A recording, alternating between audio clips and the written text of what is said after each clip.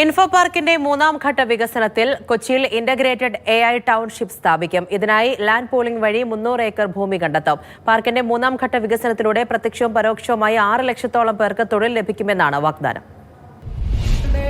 Kochi info പാർക്കിന്റെ മൂന്നാം ഘട്ട വികസനത്തിലൂടെ 25,000 കോടി രൂപയുടെ നിക്ഷേപമാണ് പ്രതീക്ഷിക്കുന്നത്. മൂന്നാം ഘട്ട വികസനത്തിനായി ലാൻഡ് പൂളിംഗിലൂടെയാണ് ഭൂമി കണ്ടെത്തുന്നത്.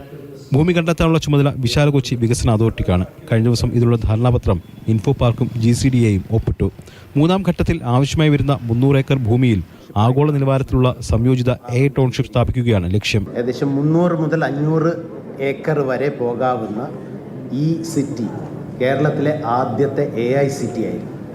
എല്ലാ കാര്യങ്ങളും യൂട്ടിലിറ്റികളും എല്ലാം AI കൺട്രോൾഡായിട്ട് ഒരു പുതിയ തരത്തിലുള്ള ഒരു അർബനൈസേഷനാണ് നമ്മൾ ഇതുകൊണ്ട് ഉദ്ദേശിക്കുന്നത്. നിലവിലുള്ള ഭൂമി ഏറ്റെടുക്കലിന് പകരം ഉടമകളുടെ ഭൂമി ഒരു പ്ലോട്ടാക്കി മാറ്റുന്നു.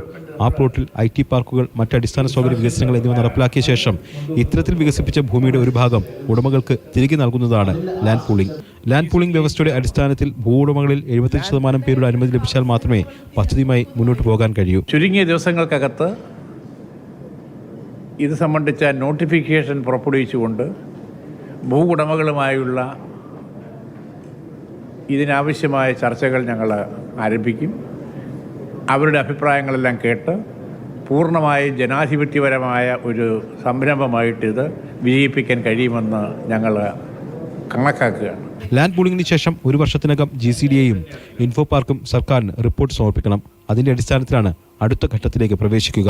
ഇൻഫോ പാർക്കിന്റെ മൂന്നാം ഘട്ട വികസനത്തിനൊപ്പം 4ാം ഘട്ടത്തിന് വേണ്ടി ഭൂമി കണ്ടെത്താനുള്ള ശ്രമവും തുടങ്ങിയിട്ടുണ്ട്.